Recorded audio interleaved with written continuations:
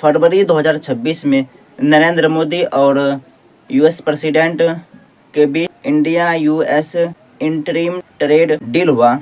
सरकार उसे भारत की जीत बता रही है, लेकिन सवाल ये है, जीत किसकी? अमेरिकी फार्मर्स की या हमारे गरीब किसानों की?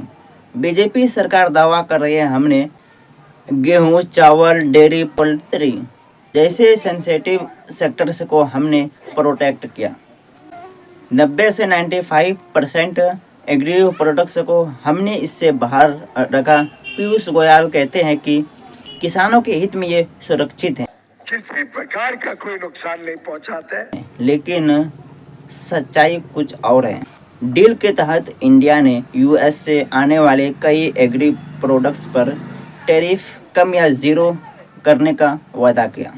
सोयाबीन तेल, पेड़ के मेवे, लाल जवार, ताज़ा फल वगैरह ये सब्सिडाइज्ड यूएस फार्म से सस्ता माल आएगा। छोटे भारतीय फार्मर्स जो सोयाबीन, ऑयल सीड, फ्रूट्स उगाते हैं, उनके कमाई पर सीधा असर पड़ेगा। पोल्ट्री को सस्ता फीड मिल सकता है, लेकिन सोयाबीन, फ्रूट्स उगाने वाले किसान बर्बाद हो जाएगा।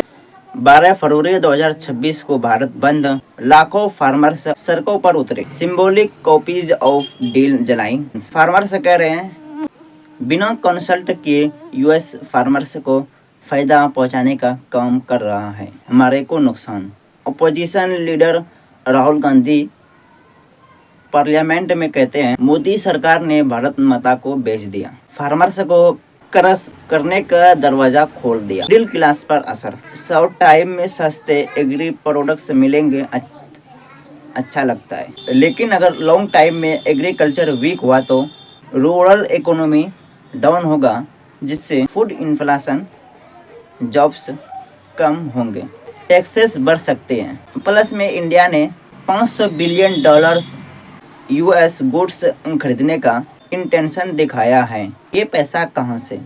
मिडिल क्लास के टैक्सेस से। यूएस ने इंडियन एक्सपोर्ट पर टैरिफ 18% रखा है, लेकिन उनके एग्री और इंडस्ट्रियल प्रोडक्ट्स पर ज्यादा कंसेशंस दिए। रेसिप्रोकल है या एक तरफा? दोस्तों, बीजेपी वाले कहते हैं हम किसानों की बात करते हैं, लेकिन फार्मर लॉ के बाद अब ये डील बिना फार्मर से बात किए, विरोध के बावजूद फॉरवर्ड पुश। क्या ये डेवलपमेंट है या बड़े कॉरपोरेट्स फॉरेन प्रेशर में छोटे किसानों का सेक्रीफाइस जैसे पहले हुआ था?